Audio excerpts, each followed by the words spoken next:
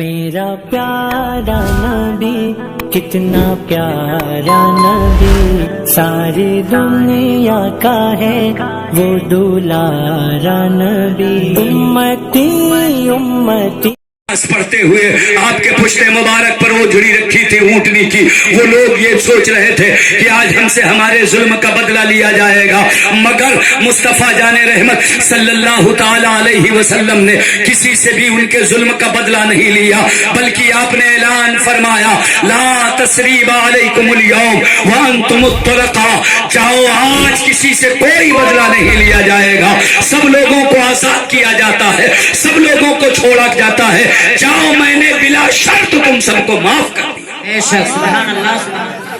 تو حضور نے کیا فرمایا کہ مکہ میں جن لوگوں نے جینا دو بھر کر دیا تھا، حضور نے ان سب کو معاف کر دیا۔ سب لوگ ہاتھ اٹھا کے بولو سبحان اللہ۔ یہ بار بار نہ کہنا پڑے، اگر کوئی بات اچھی لگے تو خود سے بول دیا، ایک ماحول بنائیے جلسے سننے اور سنانے کا۔ تو حضور نے اتنے بڑے بڑے دشمنوں کو معاف کر دیا اور یہ پیغام دیا، اے میرے امت کے لوگوں، آپس میں اگر آپ کے بھائی سے کچھ زیادتی ہو بھی جائے تو معاف کر دیا کرو۔ سبحان اللہ۔ نبی نے فرمایا کہ معاف کرنے سے کسی کی عزت نہیں گھٹتی، آپ معاف کر دو، اور اگر غلطی ہو جائے تو اپنے بھائی سے معافی مانگ لو۔ کیا بات ہے۔ اگر آپ کو کبھی احساس ضرور ہوتا، اگر آپ نے زیادتی کیا ہے، ظلم کیا ہے، اقرار نہ کرے مگر احساس ضرور ہوگا، چاہے آپ کسی کو کے ساتھ زیادتی کریں، اگر آپ نے ایک تماچا مارا ہے تو کبھی نہ کبھی آپ کو احساس ہوگا کہ میں نے اس کے ساتھ غلط کیا، وہ غلطی پر نہیں تھا۔ اگر آپ نے کسی کو ستایا ہے، تنگ کیا ہے، تو آپ کو یہ احساس ہوگا کہ ہم نے اس کے ساتھ زیادتی کی ہے۔ اگر آپ کا نفس لوامہ ملامت کرے، آپ کا ضمیر بیدار ہو جائے، آپ کا دل یہ اقرار کرے کہ ہم سے غلطی ہوئی ہے، تو آپ اپنے بھائی سے فوراً معافی مانگ لیا کریں۔ حضور صلی اللہ علیہ وسلم فرماتے ہیں کہ معافی مانگ لیا کرو، معافی مانگنے سے کسی کی عزت میں کمی نہیں آتی ہے۔ اگر تمہیں لگتا ہو کہ معافی مانگنے سے عزت گھٹ جاتی ہے تو میں محمد عربی ضمانت دیتا ہوں، قسم خدا کی مجھے اللہ رب العزت کی قسم ہے، تم قیامت کے دن آنا اتنی عزت مجھ سے لے لینا۔ بے شک، کیا بات ہے، ماشاء اللہ۔ مگر معافی مانگنے سے عزت کم نہیں ہوتی ہے، عزت گھٹتی نہیں ہے۔ آپ سے غلطی ہو، آپ معافی مانگ لیں، کوئی بڑا ہو، آپ سے عمر میں بڑا ہو تب بھی معافی مانگ لیں، آپ سے عمر میں چھوٹا ہو تب بھی معافی مانگ لیں۔ ہماری مائیں بہنیں اگر آپ سے، آپ کے آس پاس اڑوس پڑوس میں، دیورانی جٹھانی میں، ساس اور بہو میں، اگر نند اور بھاؤج میں، عموماً یہی رشتے ہوتے ہیں، اگر کسی سے غلطی ہو جائے تو معافی مانگ لیا۔ بے شک، کیا بات ہے، سبحان اللہ۔ معافی مانگنے سے عزت نہیں گھٹتی، یہ میرے نبی نے پیغام دیا ہے، معافی مانگو۔ آج جب لوگ ماڈرن ہوتے ہیں تو معافی مانگتے ہیں، معافی مانگ کے میں معافی مانگتا ہوں کہنے میں شرم آتی ہے، مگر سوری ہر آدمی بول دیتا ہے، بولو بولتے کہ نہیں بولتے؟ جی جی۔ انگریزی پڑھا لکھا آدمی جدھر نکلا ذرا سا دھکا لگا، ٹچ ہو بھی ہو گئے، سوری۔ یہ معافی نہیں تو اور کیا، یہی تو معافی ہے، معافی مانگنا یہی تو ہے۔ جب ماڈرن بنتے ہیں تب معافی مانگتے ہیں۔ حضور نے فرمایا معافی مانگ لیا کرو۔ یہ ماڈرن زمانے والے 100 سال 150 سال سے انہوں نے یہ رائج کیا، سوری، یہ طریقہ مصطفیٰ کا ہے، معافی مانگنا طریقہ مسلمانوں کا ہے۔ کیا بات ہے، سبحان اللہ۔ ہاتھ اٹھا کے بولو سبحان اللہ۔ حضور نے اس کو رائج کیا ہے، میرے آقا فرماتے ہیں معافی مانگا کرو۔ اب آج کسی کو شرم نہیں آتی، چلتے پھرتے اجنبی سے معافی مانگ لیتے ہیں، ٹرین میں بس میں ذرا سا احساس ہوا، تھوڑی سی غلطی کا احساس ہوا، کسی نے تھوکا بھی، اگر یہ لگا کہ ہلکی سی چھیٹ بھی سامنے والے تک پہنچ گئی، سوری سوری، آدمی کو دھکا بھی لگ گیا، گاڑی سے ٹکر بھی لگ گئی، سامنے سے بول دیا سوری، آدمی نے غلطی کی، معافی مانگ لیا، بات وہیں ختم ہو جاتی۔ سامنے والا بھی سمجھتا ہے کہ اس کو غلطی کا احساس ہو گیا، اب جھگڑنا بیکار ہے۔ بہت سے جھگڑے ختم ہو جاتے ہیں، مگر تمہیں انگریزوں کی پیروی نہیں کرنا ہے، مصطفیٰ کی غلامی میں رہنا ہے۔ کیا بات ہے، سبحان اللہ۔ ذرا ہاتھ اٹھا کے بولو سبحان اللہ۔ نبی کی غلامی میں رہنا ہے، معافی مانگنا یہ میرے نبی نے سکھایا ہے۔ اگر تم سے غلطی ہو جائے تو تم فوراً معافی مانگ لیا کرو۔ جب یہ ماڈرن انگریز یہ سمجھتے ہیں کہ معافی مانگنے سے عزت نہیں گھٹتی، تو مصطفیٰ کے غلام کیسے یہ سمجھیں گے کہ عزت گھٹتی ہے؟ میرے نبی نے تو عزت کی ضمانت دے دی۔ کیا بات ہے، نعرے تکبیر، نعرے رسالت، مذہب اسلام، علماء اہل سنت، نعرے تکبیر، سبحان اللہ سبحان اللہ، بے شک۔ اور اگر کوئی تم سے معافی مانگے تو معاف کرنے میں تاخیر نہ کیا کرو۔ آدمی جھک گیا، آدمی نے اپنے دل میں احساس کر لیا، اسے احساس اپنے کیے کا پر پچھتاوا ہو گیا، احساس ہو جانا ہی توبہ ہے۔ بے شک بے شک۔ حدیث شریف میں اللہ کے نبی فرماتے ہیں الندامۃ ہی التوبہ، جھک جانا، احساس ہو جانا ہی توبہ ہے۔ بے شک۔ اگر آدمی کو احساس ہو گیا کہ ہم نے غلطی کی ہے، وہ آپ کے پاس چلا آیا، تو اب آپ اس دشمنی کو طول نہ دو۔ یہ نہ کہو ہم نے تو مرنی ہرنی چھوڑ دیا، تم نے بہت ستایا ہے، زندگی بھر کے لیے چھوڑ دیا، رشتہ ختم کر لیا، چاہے وہ رشتہ داری ہو چاہے وہ بھائی پٹیداری ہو، زندگی بھر کے لیے رشتے ختم نہیں کیے جاتے۔ آپ کو اگر وقتی طور پر ناراضگی ہے کہ سامنے والا غلطی کر رہا ہے اور غلطی کا احساس بھی نہیں کر رہا ہے، مگر جب اس نے احساس کر لیا تو اب جھگڑا اور لڑائی ختم ہونی چاہیے۔ اب آپ کا بلا وجہ کھچے کھچے رہنا اور اس دشمنی کو زندگی بھر کے لیے بڑھانا، یہ مسلمانوں کا طریقہ نہیں ہے۔ میرے آقا فرماتے ہیں کوئی مسلمان کسی مسلمان سے دشمنی نہ رکھے۔ جب اس کھلے دل سے آپ ایک دوسرے سے ملتے ہیں اور مصافحہ کرتے ہیں، میرے آقا فرماتے ہیں کہ آپ جدا بھی نہیں ہوتے، اللہ دونوں کی مغفرت فرماتے کیا ہیں۔ بات ہے، سبحان اللہ سبحان اللہ، بے شک۔ جب آپ صلح کرتے ہیں، آپس میں دونوں لوگ ملتے ہیں، مصافحہ کرتے ہیں، تو جدا ہونے سے پہلے اللہ دونوں کی مغفرت فرما دیتا ہے، غلطیاں معاف کر دیتا ہے۔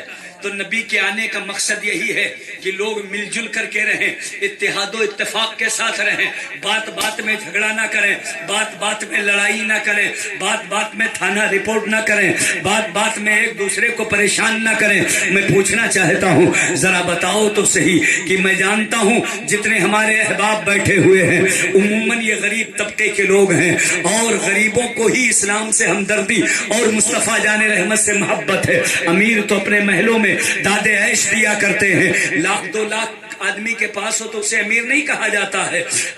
بہرحال اللہ کے نبی فرماتے ہیں کہ مجھے غریبی پسند ہے، مجھے غریبوں سے محبت ہے۔ بدأ الاسلام غریبا، اسلام غریبوں میں شروع ہوا، وسیعود کما الی بدأ، اور ان قریب غریبوں میں لپٹ پلٹ آئے گا۔ فطوبی للغرباء، تو غریبوں کے لیے خوشخبری ہے کہ مصطفیٰ نے غریبوں کو پسند فرمایا۔ کیا بات ہے، سبحان اللہ سبحان اللہ، بے شک، بہت خوب۔ آپ کو رسول پسند فرما رہے ہیں، آپ سے محبت فرما رہے ہیں۔ آپ کا پیسہ ضائع ہو یہ ہمارے اور آپ کے آقا نہیں چاہتے۔ بتائیے، ہمارے اور آپ کے بچے باہر جاتے ہیں، پردیس میں رہتے ہیں، دہلی ممبئی وغیرہ میں جا کر کے لوگوں کی جھوٹی پلیٹ دھلتے ہیں، گلاس دھلتے ہیں، لوگوں کی خدمت کرتے ہیں۔ جو بچہ اپنے باپ کو ایک گلاس پانی نہیں دیتا، وہ جب ہوٹل میں ویٹر بنتا ہے تو وہ سامنے والے کے لیے اتنی ادب محبت اور پیار کے ساتھ کھانا پانی روٹی پروستا ہے کہ آپ پوچھئے مت۔ بڑا نرالا انداز ہوتا ہے، بڑی ادب کے ساتھ سامنے کھانا پیش کرتا ہے۔ یہ ادب اور احترام اس لیے کہ چند پیسے کما کے وہ واپس لوٹے۔ خون پسینہ بہاتا، صبح سے شام تک آدمی محنت کرتا ہے۔ آپ کے بال بچے ہمارے اور آپ کے قوم کے لوگ ہمارے اور آپ کے بھائی برادر جاتے ہیں، محنت کرتے ہیں، دوسروں کی ڈانٹ ڈپٹ بھی سنتے ہیں، سختیاں بھی برداشت کرتے ہیں، تلخیاں بھی جھیلتے ہیں، مگر گھر کی غربت انہیں چین سے گھر پہ بیٹھنے نہیں دیتی۔ باہر نکلنا مجبوری ہو جاتی ہے. اب آپ اتنی محنت سے وہ پیسہ کما کے لاتے ہیں, یا آپ کا بیٹا پردیس میں رہ کر کے سعودی, دبئی اور بمبئی, دہلی میں رہ کر کے کماتا ہے, وہ آپ کا بچہ اتنی مشقت سے پیسہ اکٹھا کرتا ہے, کیا اسی لیے کہ آپ کو پیسہ دے اور آپ وہ پیسہ پولیس کو دے دیں؟ آپ کے قوم کا پیسہ پولیس دروغہ کھائیں, آپ کا پیسہ یہ وکیل کھائیں, آپ کا پیسہ کورٹ کچہری میں برباد ہو, آپ کا پیسہ ضائع ہو؟ نہیں, بلکہ وہ پیسہ اس لیے ہے کہ آپ کی کے لیے سہولت ہو, آپ اس سے کھانا کھائیں, آپ اس سے اپنے لباس کا انتظام کریں, آپ اپنے لیے رہنے کے لیے آرام دہ مکان بنائیں. وہ پیسہ اس لیے ہے کہ آپ زمین خرید لیں, پراپرٹی بنا لیں, وقت ضرورت پر استعمال ہو سکے. آپ بیمار ہو تو آپ کا علاج ہو جائے, آپ کے پاس پیسہ اور پراپرٹی کی شکل میں رہے. آپ کا کوئی عزیز بیمار ہو تو اس کے علاج کے کام میں آ جائے, کوئی مصیبت زدہ ہو تو اس کے کام میں آ جائے.